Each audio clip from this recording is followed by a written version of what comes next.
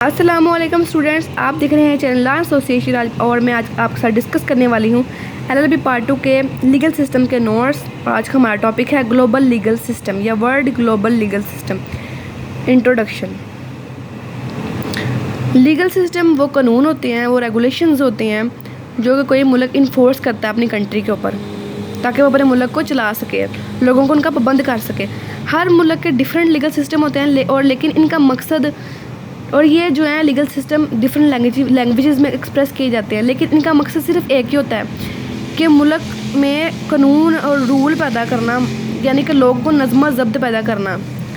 World legal system, तो दुनिया में डिफरेंट लीगल सिस्टम है जो कि हम आगे बताएंगे आपको।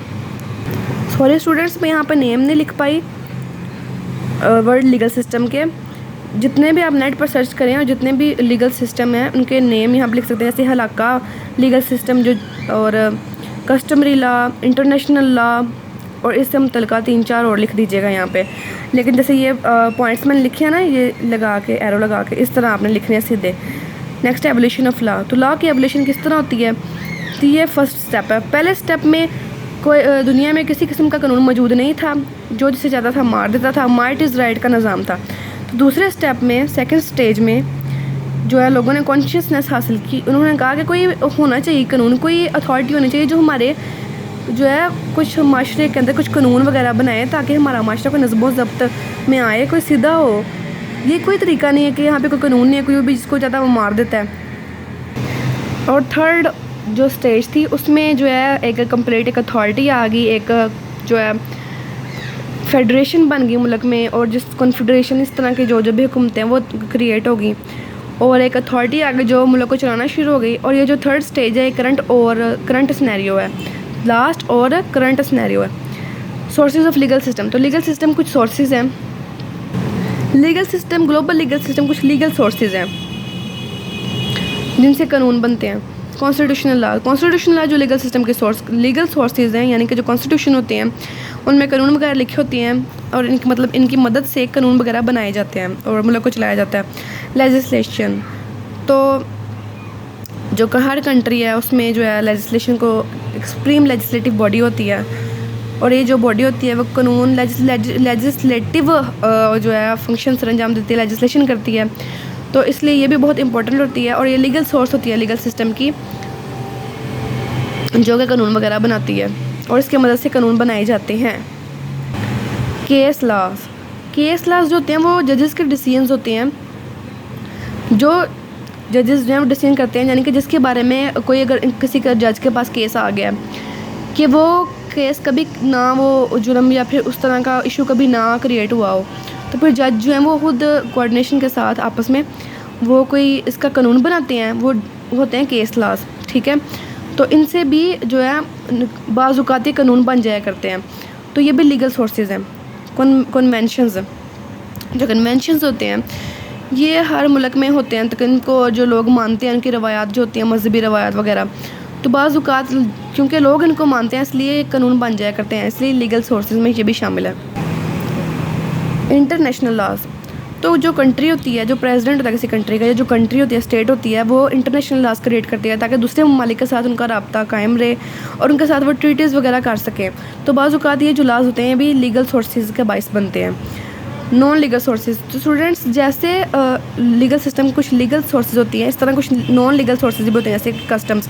जो कस्टम्स होते हैं उनको लोग बिलीव करते हैं और उनके बिलीविंग की वजह से ही वो अक्सर कानून बन जाते हैं। रिलीजन। तो मज़हब भी नॉन लीगल सोर्स है किसी कानून का, यानी कि लीगल सिस्टम का, वर्ल्ड लीगल सिस्टम का।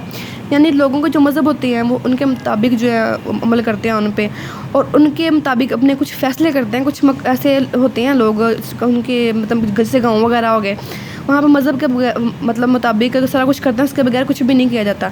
तो बाज़-औक़ात ये जो है कानून बन जाया करते हैं और ये नॉन लीगल सोर्स है। Justice writing.